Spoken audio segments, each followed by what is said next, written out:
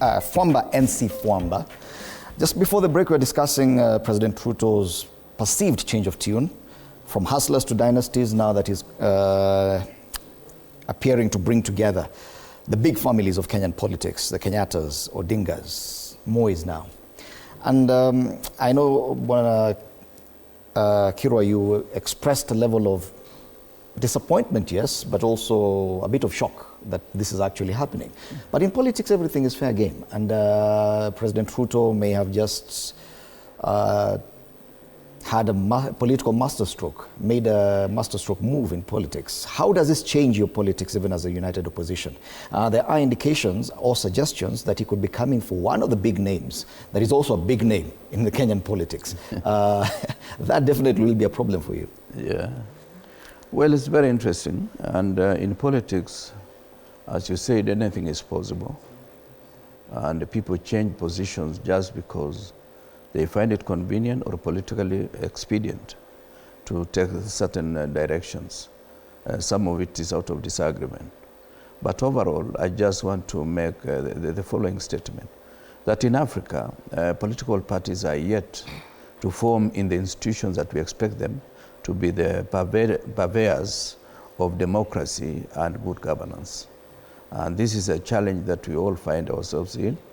And therefore, we think of individuals as the people with the necessary instruments to make changes instead of political institutions. That's why you've realized for the last 25 years, no formation has formed the government twice in the same setup. And that's why you find those of us in the opposition, united opposition, we come from Kenya Kwanza and Azimio. And we are still finding our waters. That's why when you hear people saying, okay, there is an ease in the united opposition, it is because of that. As you know, Fred, many people know that when you form a group, you have to go through 2 other stages or 3 for you to reach a stage of performance. And therefore, these are teething problems that you find people who have been on 2 sides of the equation are coming together, and they are coming with their history. And that history is what makes a bit of an ease among colleagues, individuals. As to whether William Ruto is going to move and take any one of us from the opposition, and I don't count myself because I'm not of any political quantification worth being taken. I don't have money, I don't have a party like Gideon, and I don't have a big name behind me. Perhaps I'm the one who is trying to make my name to be carried over to my children and grandchildren. So I'm not worried that I could be one of the targets. But I don't expect any of the opposition leaders that we are with together today, including even President Uhuru Kenyatta, is going to cross over to William Ruto. It is an open secret that the president would be interested in luring Kalonzo Musyoka and the Wiper Party. It's even openly suggested in one of the cartoons, I think, the cartoon on the People Daily, that Wiper is next. And if that happens, and if we look at the names already on the front page of the Daily Nation, if he has Kenyatas, Odingas, Mois, then he adds Kalonzo Musyoka there. So I don't know whether Kalonzo is a hustler or a dynasty. And perhaps they realize that he's one of the key players in the opposition. Should he choose to support somebody, or should we have him as our candidate? He's going to be a very formidable candidate against William Ruto, because the country, and William Ruto should also realize, it is not us who are going to remove him.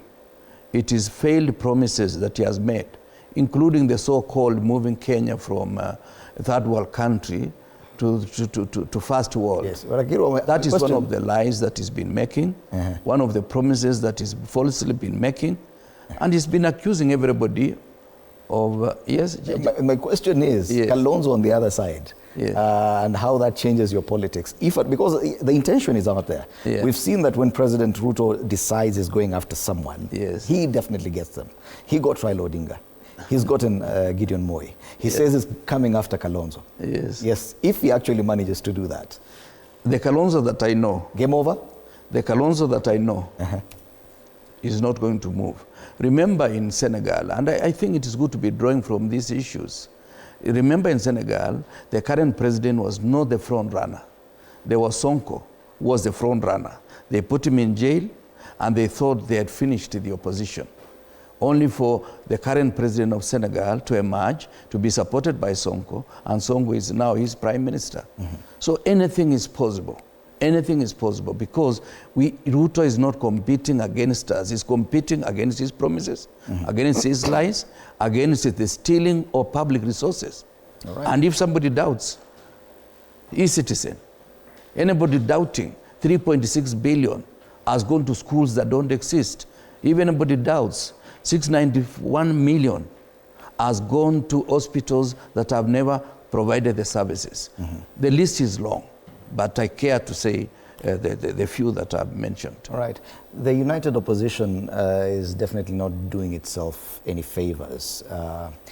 This paper quotes the DCP party leader talking about the former president and saying he's retired, he should get out of politics. The front page of Taifa Leo talks about vita baridi kati ya Fred Matiang'i wa Jubilee na yule kiongozi wa DCP. Definitely the president is also watching and saying, yes, clearly there are divisions here, and that's why he feels so comfortable name dropping. The united opposition are not doing themselves any favors. Yeah, and I like what Waziri said. These are teething problems, and honestly, they are expected in a majority of the political formations. It wasn't going to be rosy from the word go. I mean, this guy from my constituency, Madeira, has always wanted to be the one supervising everybody in the opposition, and that doesn't augur well with the majority of the people in the united opposition. But I like what you've said.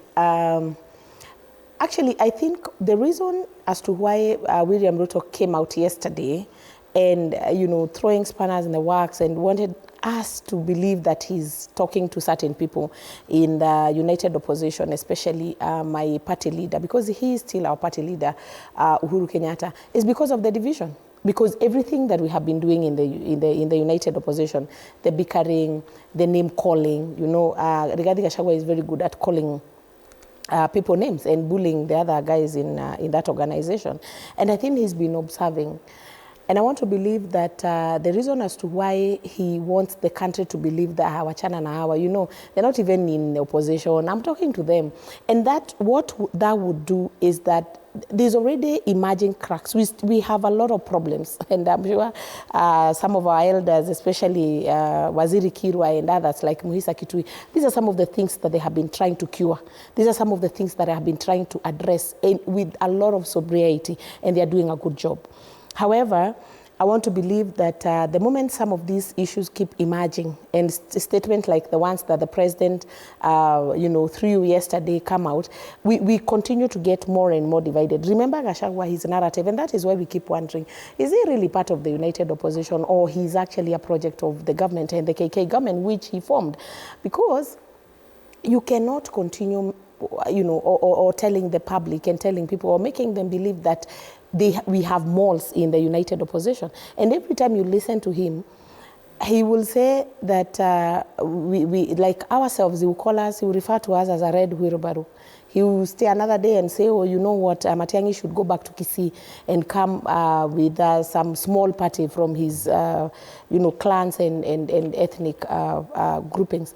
So really, I think he's actually the problem in the official opposition. And because William Ruto understands him very well, he will keep taking advantage of everything that Rigathi says in terms of attacking his fellow principals in the united opposition, and he will manipulate it. He will amplify his voice. Because to me, what actually is happening is that the statements that he makes are picked very quickly by government bloggers, by people who work for William Ruto. They are amplified so that the united opposition continues to look very bad. So really, who is the project in this matter? I believe Rigathi Gachagua is actually the project of KK government. And if we look at politics and the necessity of even public perception between the two groupings, while the cracks within the united opposition are showing, and so obviously so, President William Ruto appears to be perfecting the perception of calm politics and the fact that everyone is now on his side.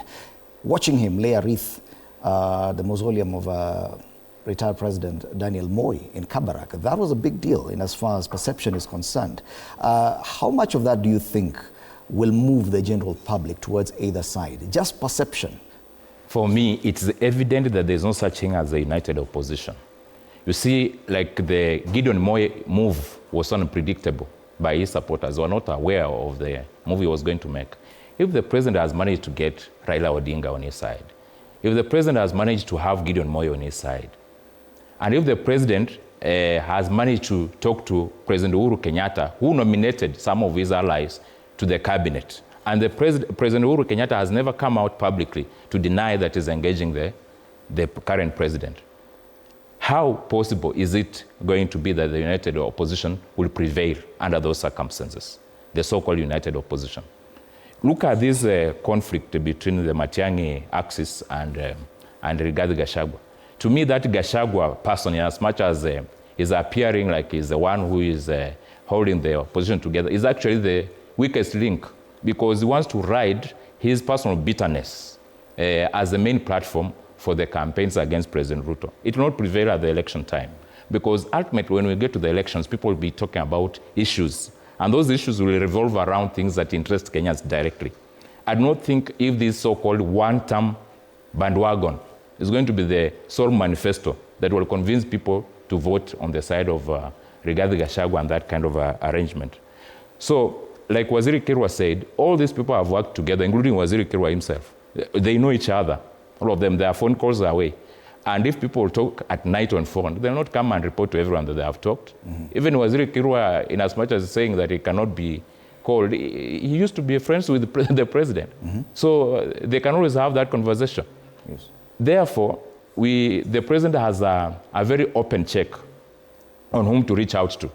And I'm very sure that by the time we get to the elections, he'll have managed to reach out to the maximum number of people and interests that will confirm his re-election.